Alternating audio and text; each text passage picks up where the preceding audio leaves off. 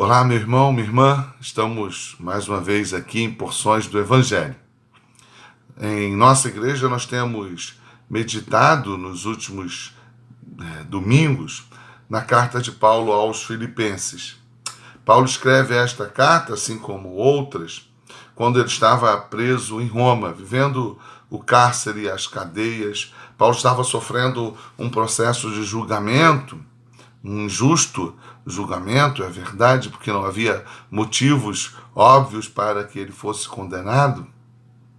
Mas mesmo em meio a esta circunstância difícil de impedimento, estava ele sob a tutela do Estado romano, Paulo sentia alegria.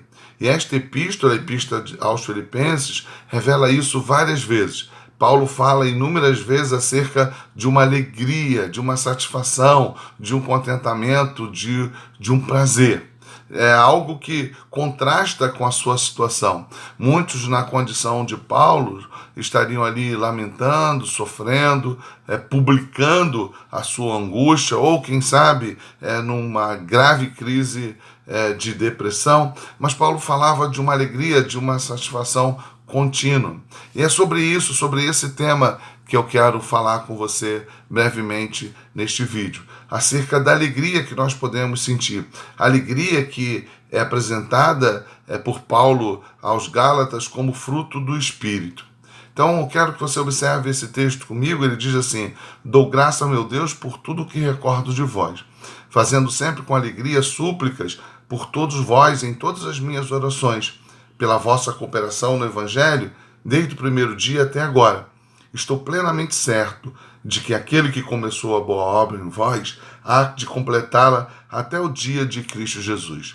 Então, quando eu leio o último versículo, estou plenamente certo de que aquele que começou a boa obra em vós há de completá-la até o dia de Cristo Jesus, eu posso compreender, então, um dos motivos dessa alegria contínua em Paulo, dessa alegria presente sempre mesmo em meio às adversidades. É o próprio Paulo que mais adiante, também nessa epístola, ele vai dizer: para mim, viver é Cristo e morrer é lucro. Se para Paulo morrer é lucro e viver é Cristo, é porque ele tinha certeza que existia algo maior, superior, melhor, e que nada nesta vida poderia separar dessa promessa, dessa certeza que ele aguardava. Perdão. Em Apocalipse 21, vemos Paulo falando, vemos o texto nos dizendo, não Paulo, mas Deus usa João para escrever em Apocalipse 21, que dos nossos olhos serão retiradas todas as lágrimas e que não haverá mais nenhum sofrimento. Por isso Paulo tem certeza que aquilo que o aguarda é infinitamente superior, infinitamente melhor. E isso promove no seu coração contentamento, satisfação, gozo. Aos Romanos, no capítulo 8, ele vai falar disso também, de uma certeza, de uma convicção que nenhuma dificuldade poderia ser motivo para que ela não estivesse presente, essa alegria, esse contentamento, essa esperança. Depois de falar de que nem tribulação, nem angústia, nem perseguição, nada disso poderia separá-lo do amor de Cristo, ele vai dizer: em todas essas coisas, porém, diante de todas essas aflições, somos mais do que vencedores, por meio daquele que nos amou. Então o motivo da sua alegria era Cristo, porque estou bem certo de que nem a morte, nem a vida, nem os anjos, nem os principados. Paulo continua falando ainda das possibilidades das coisas criadas no céu e na terra, e nada disso poderia retirar a sua alegria, a sua satisfação, a sua certeza. Nem das coisas do presente, nem do porvir, nem os poderes, nem altura, nem profundidade, nem qualquer outra criatura poderá separar-nos do amor de Deus, que está em Cristo Jesus, nosso Senhor. É dessa certeza, então, que Paulo fala, né? Por isso que ele vai dizer que estou plenamente certo que aquele que começou a boa obra em vós há de completá-la até o dia de Cristo Jesus. A igreja de Cristo está num processo, num caminhar até o dia de Cristo Jesus, onde, de forma definitiva, plena, vamos experimentar a sua presença e também o seu governo.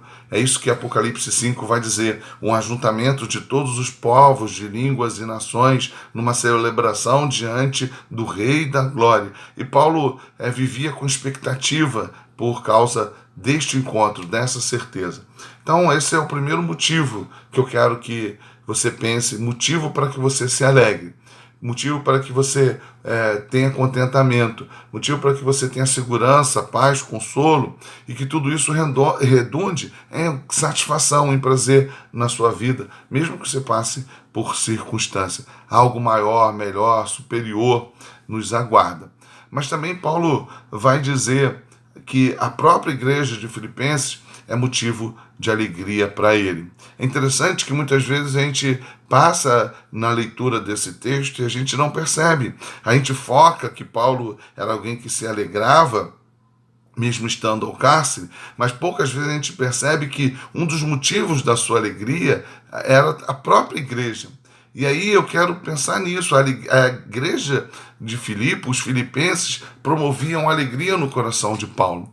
Eu quero compartilhar um pouco isso com você. Nós nos alegramos por vários motivos, quando conseguimos um emprego, como nasce um filho, quando há um aumento. A gente se alegra por tantas coisas quando estamos diante da criação e da exuberância da criação. Isso também promove muita satisfação, gozo, contentamento em nosso coração. Então vivemos, assim como vivemos momentos de angústia, vivemos também momentos de alegria, né? Faz parte. Crentes e descrentes experimentam disso. Mas eu quero falar de uma alegria que somente os crentes podem sentir. Somente aqueles que nasceram de novo em Cristo Jesus podem experimentar. Somente aquele que experimentou a fé salvífica e que os seus olhos foram desvendados para olhar para a cruz e reconhecer Cristo como Salvador pode experimentar. Que é a alegria do pertencimento ao corpo de Cristo. Paulo estava feliz, alegre, porque aqueles irmãos estavam vivendo em santidade, porque aqueles irmãos tinham um comportamento que glorificava o nome do Senhor. Como responsável pela implantação do evangelho naquele lugar, Paulo então tem contentamento, gozo em ver que eles estavam progredindo na fé. E quando eu li isso, eu fiquei pensando como nós temos uma responsabilidade grande. Se por um lado a igreja nos traz satisfação, nos traz gozo no culto quando nós nos reunimos, e também nos traz essa sensação de pertencimento, de auxílio, porque somos auxiliados mutuamente, porque somos assistidos mutuamente, mas também devemos nos perceber de forma individual, pessoal, como responsáveis em promover a alegria no corpo de Cristo.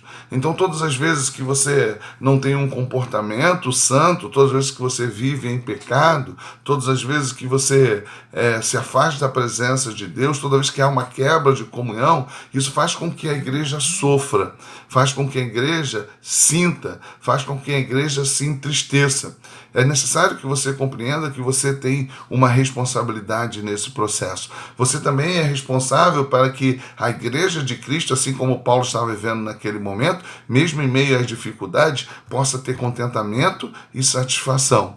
Logo, quando você também cresce na presença do Pai, quando você cresce em intimidade com o Pai, na medida que a sua natureza antiga vai morrendo, você vai frutificando e esse fruto do Espírito vai promover alegria no meio dos crentes. Se o pecado, se a ruptura, se o afastamento adoece o corpo de Cristo, a sua santidade traz também para o meio do corpo de Cristo a alegria.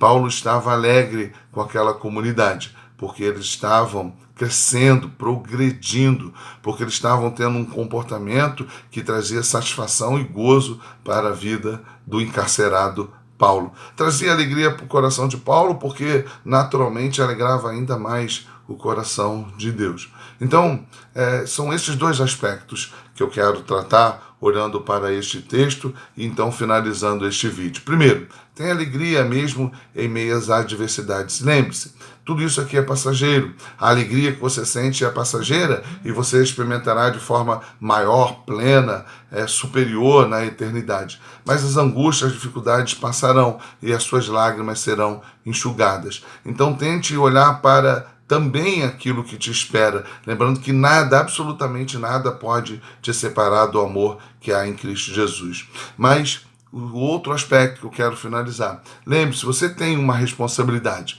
A alegria do corpo de Cristo, a satisfação do corpo de Cristo tem a ver também com o meu e com o seu comportamento. Quanto mais nós nos santificarmos, quanto mais nós buscarmos a presença do Senhor, quanto mais nós nos disponibilizarmos para que a velha natureza possa ser mortificada, mais a gente vai alegrar o nosso Deus e mais isso vai trazer alegria para o corpo de Cristo. Você também é responsável por isso.